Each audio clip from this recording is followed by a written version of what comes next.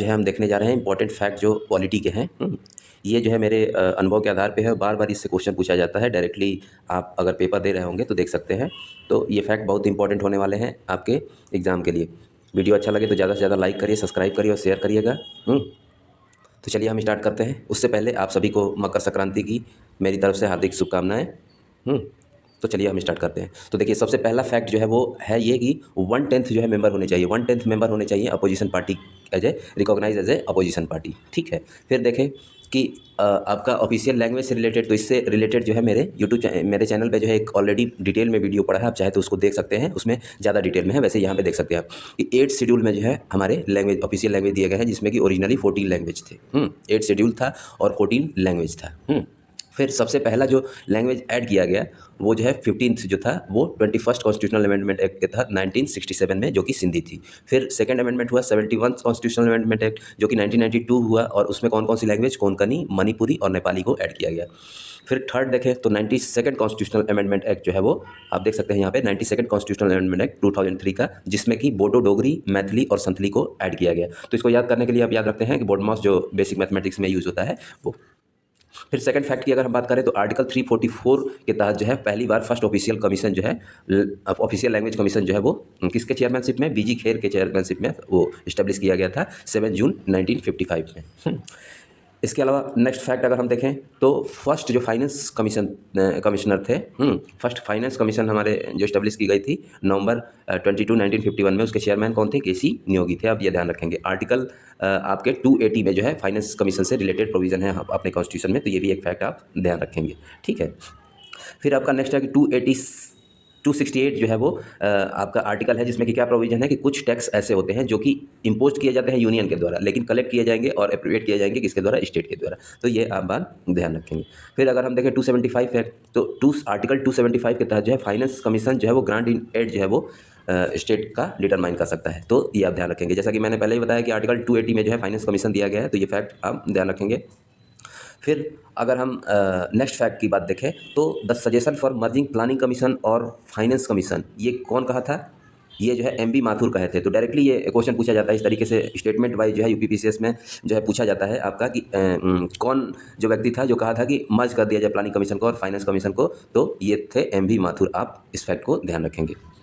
फिर अगर हम देखें तो एनडीसी जो थी वो नेशनल डेवलपमेंट काउंसिल जो है वो इस्टेब्लिश हुई थी 6 अगस्त 1952 को, और बाय एग्जीक्यूटिव ऑर्डर। तो ये ध्यान रखेंगे, ये कॉन्स्टिट्यूशनल बॉडी नहीं है एनडीसी, ये एग्जीक्यूटिव ऑर्डर के द्वारा इस्टेब्लिश की गई थी। नेक्स्ट जो है establishment of Lokpal and Lokayukta in India, सबसे पहले जो है ये किसके द्वारा रिकमेंड किया गया था, तो एडमिनिस्ट्रेटिव रिफॉर्म कमीशन। ठीक है। और ये पहला अगर हम देखें कि the commission was setup on January 5 1966 को, पहला मोरारजी देसाई के चेयरमैनशिप में जो है इसको किया गया था। तो ये आप ध्यान रखेंगे।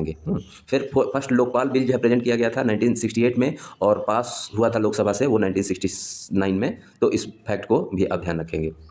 फिर उसी तरीके से अगर हम नेक्स्ट देखें तो नेक्स्ट अगर देख रहे हैं तो यहाँ पे आप देख सकते हैं कि आर्टिकल 103 क्या कहता है कि अगर डिस्प्यूट हो regarding the disqualification of member of parliament, तो उसमें जो है डिसीजन प्रेसिडेंट लेगा, लेकिन वो जो है क्या कर सकता है, अपना अब ओपिनियन ले सकता है किससे, इलेक्शन कमीशन से। तो ये भी फैक्ट आप ध्यान रखेंगे। फिर अगर हम नेक्स्ट देखें तो ईसीआई जो इलेक्शन कमीशन ऑफ इंडिया है वो कहाँ से कहाँ तक है, ये डायरेक्टली क्वेश्चन जैसे यूपी ट्रिपल एससी के एग्जाम में पूछ लेता है या बीपीएससी में भी पूछ लेता है कि ईसीआई जो है किस पार्ट में, हम देखेंगे अपने आने वाले सेशन में जो है हम डिटेल्ड में देखेंगे कि कितने पार्ट्स हैं, कितने शेड्यूल हैं, कितने आर्टिकल्स हैं और कौन कौन से जो है किससे रिलेटेड है। आज जो है इंपॉर्टेंट फैक्ट देख रहे हैं तो ईसीआई जो है वो पार्ट 15 में है, आप ध्यान रखेंगे। और 324 से 329 तक जो है आपका आर्टिकल किससे रिलेटेड है, इलेक्शन कमीशन ऑफ इंडिया से। फिर अगर हम देखें नेक्स्ट फैक्ट तो Kuldip Nayar versus Union of India, UOI मतलब ये Union of India, Kuldip Nayar versus Union of India, ये केस जो है कब का है, 2009 का, जिसमें कि एससी रूल किया था कि right to vote is a legal right. तो ये डायरेक्टली क्वेश्चन पूछा जाता है कि right to vote is a constitutional right और नॉट, और लीगल राइट डायरेक्टली ये पूछा जाएगा आपसे। तो आप ध्यान रखेंगे इस फैक्ट को, right to vote is a legal right according to Kuldip Nayar versus Union of India.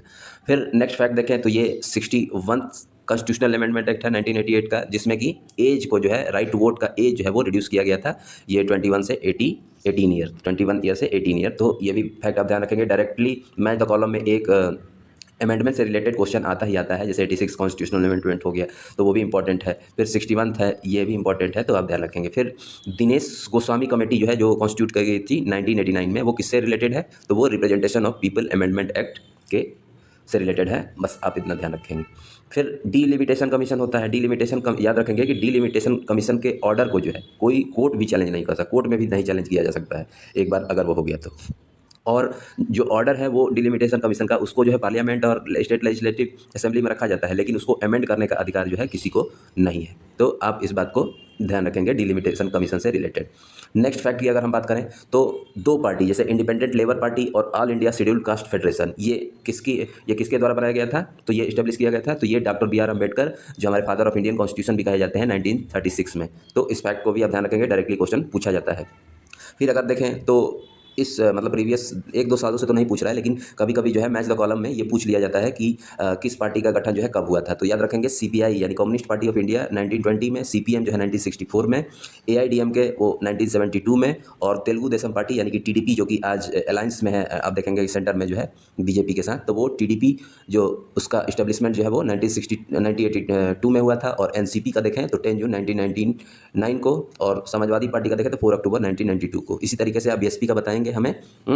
और बीजेपी का तो जानते ही हैं कि 1980 में आप हमें कमेंट के माध्यम से आप बताएंगे कि बीएसपी और बीजेपी।